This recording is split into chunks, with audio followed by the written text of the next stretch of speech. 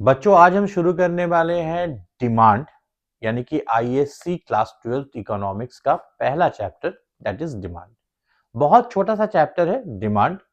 और before I start the revision of this chapter मैं आपको बता दूं कि ये चैप्टर होने वाला है बोर्ड्स 2026 को दिमाग में रखते हुए। रिवीजन चैप्टर है, फुल एक्सप्लेनेशन का चैप्टर नहीं है क्योंकि आपके बोर्ड्स बहुत नजदीक हैं, तो we are stressing on the revision part only. और मैं आपको बताऊंगा कि कौन कौन से क्वेश्चंस बोर्ड्स में आने वाले हैं इस चैप्टर से। अगर आपको जानना है कि इस चैप्टर से कौन कौन से प्रोबेबल क्वेश्चंस हैं, तो इस वीडियो में अंत तक बने रहिए। चैनल को सब्सक्राइब करिए, बेल आइकन को हिट करिए फॉर ऑल फर्दर नोटिफिकेशंस। अगर आपने इंट्रो वीडियो नहीं देखा है तो इंट्रो वीडियो जरूर देखिए, उससे आपको एक आइडिया मिल जाएगा कि इस चैनल पे हम किस तरीके से बोर्ड्स 2026 के लिए रिवीजन करने वाले हैं।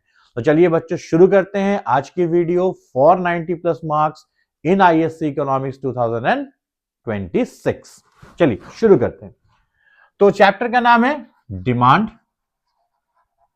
बेसिकली हम चैप्टर को बांटेंगे 4 पार्ट्स में। पहले हम बात करेंगे डेफिनेशन ऑफ डिमांड की, फिर हम बात करेंगे टाइप्स ऑफ डिमांड की। जो दूसरा पार्ट होगा वो होगा फैक्टर्स अफेक्टिंग डिमांड।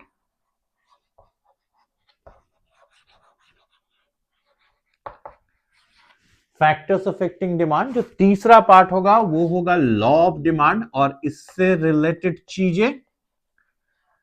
एंड जो चौथा पार्ट होगा वो होगा मूवमेंट एंड शिफ्ट अलोंग।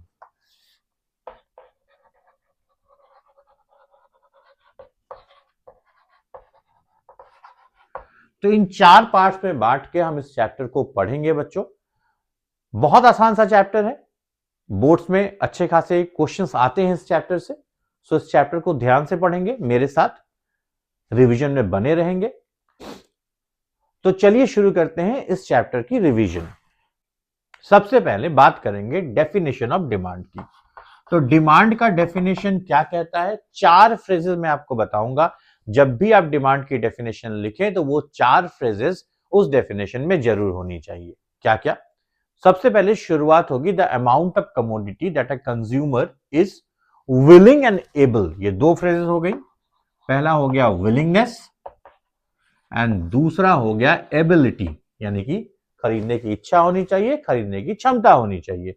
तो amount of commodity that a consumer is willing and able to purchase, दो और at a given price. Price का कंसेप्ट लाना जरूरी है। At a given price and at a given time. Time constraint को भी definition में इंक्लूड करना है, is known as demand of the commodity. तो बहुत सिंपल सी डेफिनेशन है, मैं आपके लिए सम अप करता हूं। The amount of commodity that a consumer is willing and able to buy. Willingness, ability, at a given price, at a given time is known as demand of the commodity. 4 phrases demand की definition में जरूर होनी चाहिए। Willingness, ability, price, time. I hope the definition is clear. बढ़ते हैं आगे on types of demand.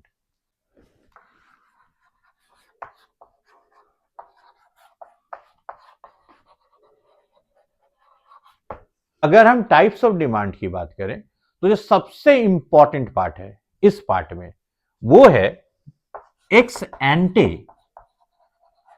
And x post demand. अगर इस पार्ट से आपको क्वेश्चन पूछा गया, that means types of demand से अगर आपसे बोर्ड्स 2026 में क्वेश्चन पूछा गया तो 90% चांसेस हैं कि वो एक्स एंटे एंड एक्सपोज डिमांड पे ही एक 2 मार्कर क्वेश्चन होगा। तो एक्स एंटे डिमांड का मतलब आपका plan demand and expose demand का मतलब आपका एक्चुअल डिमांड। तो अगर ये 2 मार्कर क्वेश्चन आता है, बहुत सिंपल सा आंसर लिखना है आपको कि x एंटे demand is the plan demand that the consumer plans to buy, whereas exposed demand is the actual demand that the consumer actually purchases in the market। बहुत simple सी definition है, बहुत simple सा difference है। तो आपको याद रखना है एक्स एंटे एंड एक्सपोज डिमांड। दूसरा इंडिविजुअल एंड मार्केट डिमांड। बहुत आसान सा कंसेप्ट है इंडिविजुअल एंड मार्केट डिमांड का। अगर एक्स एंटे एक्सपोज नहीं पूछा गया, then maximum chances are they will go for individual and market. The demand that an individual consumer is having is known as individual demand, and the demand that all the consumers of the market are having is known as market demand. इस topic पे कभी कभी थोड़ा छोटा सा numerical भी पूछ देते हैं 2 मार्कर में. लाइक क्या करेंगे, आपको 3 कंज्यूमर या 2 कंज्यूमर बता देंगे, ए एंड बी और A B and C, and उनकी इंडिविजुअल डिमांड्स दी रहेगी. आपसे पूछा जाएगा मार्केट डिमांड क्या है, तो क्या करना है, सम अप करना है, हॉरिजॉन्टल समेशन करेंगे, आंसर आ जाएगा. या फिर हो सकता है 2 लोगों का डिमांड और मार्केट डिमांड दिया रहे और तीसरे का डिमांड आपसे पूछा जाए, तो 2 लोगों का डिमांड जोड़िए, मार्केट डिमांड से माइनस करिए, आपको तीसरे का डिमांड मिल जाएगा. एक एग्जांपल लेके मैं आपको बताता हूं. Let us say there are 3 customers A B and C, and at a given price A का डिमांड है 10 kgs, बी का डिमांड है 15 kgs एंड सी का डिमांड है 5 kgs. आपसे पूछेगा मार्केट डिमांड क्या है, तो मार्केट डिमांड हो जाएगा 10 + 15 + 5 and that is 30 kgs. This is your market demand. तो ये सिंपल सा न्यूमेरिकल भी पूछा जा सकता है. वैसे तो लग रहा है कि सर इतना आसान क्वेश्चन आएगा, बट बहुत सारी ईयर्स में आप देखेंगे ये क्वेश्चन पूछा गया है. चलिए आगे बढ़ते हैं. After individual and market demand, the third type of demand is joint demand. There are certain commodities which are demanded jointly, यानी कि उनको जॉइंटली डिमांड किया जा सकता है. Like pen and refill, car and petrol, बहुत सारे ऐसे एग्जांपल्स हम दे सकते हैं. तो इनके डिमांड को हम लोग बोलते हैं joint demand. After joint demand, the fourth type is, you can say, composite demand. There are certain commodities जिसके several uses होते हैं. एग्जाम्पल के लिए मैं बोल सकता हूं इलेक्ट्रिसिटी, मिल्क, बहुत सारे एग्जाम्पल्स हो सकते हैं. अगर हम बात करें इलेक्ट्रिसिटी की, तो इलेक्ट्रिसिटी का हाउस होल्ड डिमांड होता है, इलेक्ट्रिसिटी का इंडस्ट्रियल डिमांड होता है, इलेक्ट्रिसिटी का फार्मिंग में डिमांड होता है. तो सपोज अगर मैं बात करूं कि एक शहर में इलेक्ट्रिसिटी का डिमांड क्या है, तो हमें हाउस होल्ड डिमांड को जोड़ना पड़ेगा, हमें जो इंडस्ट्रियल डिमांड है उसे जोड़ना पड़ेगा, और हमें जोड़ना पड़ेगा फार्मिंग के लिए जो इलेक्ट्रिसिटी की डिमांड है. और ये जो डिमांड हमें मिलेगा वो इलेक्ट्रिसिटी का कंपोजिट डिमांड होगा. तो आई होप कंपोजिट डिमांड भी क्लियर हो गया. कंपोजिट डिमांड उन गुड्स के लिए होता है जिसकी सेवरल यूजेस होती है. और जो पांचवा टाइप है, यानी टाइप्स ऑफ डिमांड का अंतिम point, and that is derived demand. There are certain commodities जिनको हम डायरेक्टली तो डिमांड नहीं करते हैं, लेकिन किसी और चीज के डिमांड के लिए उनका डिमांड राइज होता है. बेस्ट एग्जांपल है द डिमांड फॉर हाउसिंग. हमारी डिमांड किस चीज की होती है, मकान की, हाउसिंग की. लेकिन इसको बनाने के लिए हमें किन चीजों की जरूरत होती है, ब्रिक्स की, सैंड की, स्टोन चिप्स की, लोहे की, कई सारी चीजें हैं जिनकी जरूरत होती है. तो डिमांड राइज करता है किसका, ब्रिक्स का. डिमांड राइज करेगा किसका, सैंड का. बट एक्चुअल डिमांड उनका नहीं है, एक्चुअल डिमांड है हाउसिंग की. सो derived demand is the demand of those commodities whose demand arises out of the demand of some other commodity. ये एग्जांपल हाउसिंग वाला आप इसमें डाल सकते हो. बहुत लीस्ट चांसेस है कि इनमें से कोई क्वेश्चन आपसे पूछा जाए, बट आसान है, आप याद रखेंगे. अगर इस पार्ट से, अगर टाइप्स ऑफ डिमांड से बोर्ड्स 2026 में कोई क्वेश्चन पूछा जाता है, तो वो एक्स एंटे एक्सपोज्ड या इंडिविजुअल एंड मार्केट डिमांड से ही होना चाहिए. आई होप ये टाइप्स ऑफ डिमांड वाला पार्ट आप सबको क्लियर हो गया है. तो हम लोग मूव करते हैं हमारे अगले पार्ट पे, and that is factors affecting demand.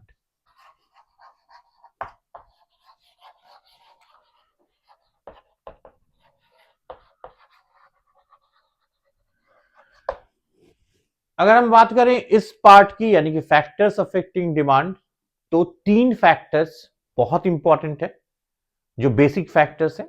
उसके अलावा भी बहुत सारे और फैक्टर्स हो सकते हैं जिनके बारे में भी हम बात करेंगे, बट जो पहले 3 फैक्टर्स हैं वो सबसे इंपॉर्टेंट हैं, एंड मैक्सिमम चांसेस है कि क्वेश्चन वहीं से पूछा जाए. तो जो पहला फैक्टर है that affects demand of A commodity is price of the commodity.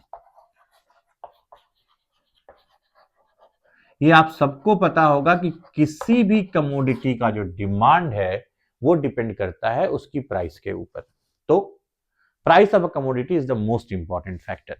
Now price of a commodity के साथ डिमांड का क्या रिलेशन होता है, इनवर्स रिलेशन होता है। ये सबको पता होगा कि प्राइस बढ़ने पे डिमांड, क्वांटिटी डिमांडेड घटती है और प्राइस घटने पे क्वांटिटी डिमांडेड बढ़ता है। तो अगर मैं आपको लिखूं तो प्राइस बढ़ने पे डिमांड घटेगा एंड प्राइस घटने पे डिमांड बढ़ जाएगा, यानी that is an inverse relationship between price of the commodity and quantity demanded of the commodity. बहुत सिंपल चीज है, hopefully it is clear to you. The second point which affects demand is income of the consumer.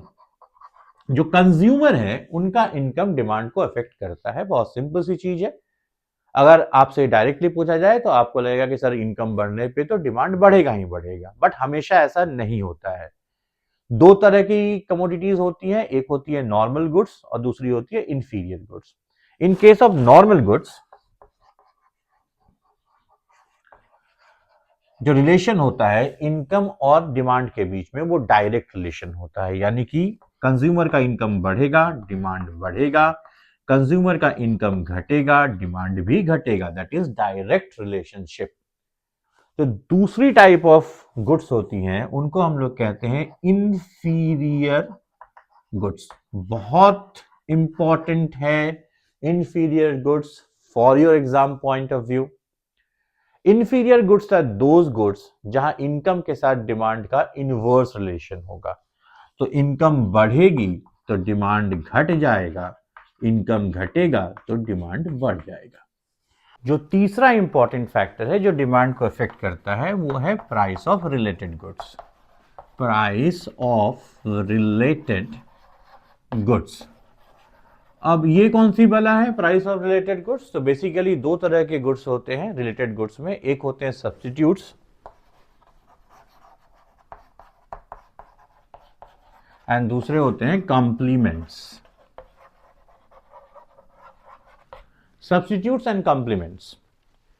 Substitutes वो goods हैं जो एक दूसरे की जगह यूज होते हैं, which are use at the place of each other, and complements वो गुड्स हैं जो एक दूसरे के साथ यूज होते हैं। तो सब्स्टिट्यूट्स के लिए सबसे आसान एग्जांपल हो सकता है कोक एंड पेप्सी, सब्स्टिट्यूट्स हैं एक दूसरे के। तो हम यहां डिस्कस करेंगे change in price of the substitute good and effect of that on the quantity demanded of the original good. Simple language में अगर कहे तो हम यहां पे प्राइस ऑफ कोक में जो चेंज आ रहा है उसका इफेक्ट देखेंगे क्वांटिटी ऑफ पेप्सी के ऊपर। तो अगर प्राइस ऑफ कोक बढ़ता है तो पेप्सी की क्वांटिटी डिमांडेड क्या होगी? बढ़ेगी ना भाई। लोग कोक पीना छोड़ देंगे, पेप्सी ज्यादा पिएंगे क्योंकि अब पेप्सी रिलेटिवली सस्ती हो गई है। तो क्या होगा? प्राइस ऑफ कोक बढ़ेगा तो क्वांटिटी डिमांडेड ऑफ पेप्सी बढ़ेगा, यानी कि there is a direct relationship between the cross price and quantity demanded in case of substitutes. What happens in case of complements? Complement का एग्जांपल हम ले लेते हैं पेट्रोल एंड कार, साथ में यूज होते हैं। तो अगर price of petrol, PP means price of petrol, अगर ये बढ़ता है तो क्वांटिटी डिमांडेड ऑफ कार्स क्या होगा? ऑब्वियसली घट जाएगा। पेट्रोल महंगी हो रही, कार कम खरीदेंगे लोग।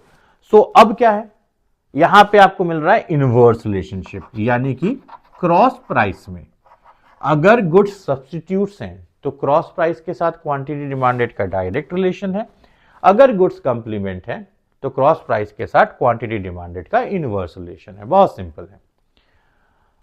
इसके अलावा अब इन तीन फैक्टर्स के अलावा भी और भी बहुत सारे फैक्टर्स हैं जो डिमांड को अफेक्ट करते हैं, बट अगर क्वेश्चनिंग होती है इस पार्ट से तो मैक्सिमम चांसेस हैं कि इसी पार्ट से क्वेश्चन होंगे, इन तीनों फैक्टर्स से। And to the max chances है कि आपसे पूछा जाएगा व्हाट आर इंफीरियर गुड्स। तो बहुत सिंपल है, inferior goods are those goods in which the quantity demanded decreases when the income of the consumer increases and vice versa. That means there is an inverse relationship between income of the consumer and quantity demanded of the commodity. Example में आप branded clothes वाला example दे सकते हैं कि if the price increases the consumption of non-branded clothes will decrease, so non-branded clothes are inferior goods. I hope it is clear. अच्छा, इसके अलावा और क्या फैक्टर्स हो सकते हैं? इसके अलावा एक फैक्टर हो सकता है habit. Habit is a very important factor. If you are habitual of something तो प्राइस बढ़ने पे भी उसका डिमांड घटेगा नहीं। Taste and preference can be another good example of this और फैक्टर अफेक्टिंग डिमांड। आपके टेस्ट एंड प्रेफरेंस के ऊपर ही आपका डिमांड तय होता है। Similarly government policies are very important factor. अगर गवर्नमेंट किसी चीज पे टैक्सेशन बढ़ाती है तो उसका डिमांड घट जाएगा, बिकॉज प्राइस बढ़ गया ना, और अगर सब्सिडी देती है तो उसका डिमांड बढ़ जाएगा क्योंकि प्राइस घट गया। तो government policies are important, taste and preferences are important, habits are important, climate is a very important factor. तो बहुत सारे और भी फैक्टर्स हो सकते हैं जिनकी चर्चा हम लोग कर सकते हैं, बट जो पहले 3 फैक्टर्स मैंने बताए, those are the most important factors, और क्वेश्चनिंग भी वहीं से होनी है। तो होपफुली आपको ये समझ में आया होगा। तो ये था आज की वीडियो जिसमें हमने तय की फैक्टर्स अफेक्टिंग डिमांड तक की दूरी। जो सेकंड पार्ट होने वाला है डिमांड के चैप्टर का, उसमें हम बात करेंगे लॉ ऑफ डिमांड, उसके exceptions and movement of the demand curve, और sorry shift of the demand curve and movement along the demand curve. बहुत छोटा सा चैप्टर है, बहुत इजी सा चैप्टर है, लेकिन स्कोरिंग है, इसमें से क्वेश्चंस आएंगे और आप बड़ी आसानी से स्कोर कर सकते हैं। तो इस चैप्टर को ध्यान से पढ़िए। अगर आपने हमारा इंट्रो वीडियो नहीं देखा है तो प्लीज जाइए और इंट्रो वीडियो देखिए, बिकॉज आपको समझ में आएगा कि हमने आपका रिवीजन कैसे प्लान किया है। तो इस वीडियो के बाद अगली वीडियो हम लेके आने वाले हैं on the alternate day, that means परसों वो वीडियो आएगी जिसमें हम बात करेंगे डिमांड के सेकंड पार्ट की। तब तक के लिए इस वीडियो के जो भी कंसेप्ट्स हैं उसे समझिए, पढ़िए, याद करिए, सेल्फ स्टडी करिए, एंड अगर उसके बाद भी किसी भी चीज में कोई कंफ्यूजन है, don't hesitate to comment, please do comment. मैं आपको वो पर्टिकुलर पार्ट फिर से पढ़ा दूंगा, कोई बड़ी बात नहीं है। मेरा एम है, मेरा मिशन है कि आप सब 90+ स्कोर करें। बस आपको साथ रहना है, वीडियोस को देखना है, सेल्फ स्टडी करनी है।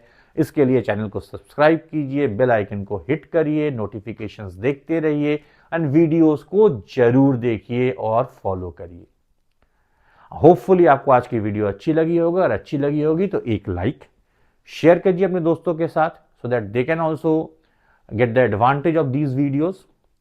तो आज के लिए इतना ही। Now I am signing off from your class. मिलते हैं परसों इस वीडियो के दूसरे पार्ट के साथ। Till then, bye bye.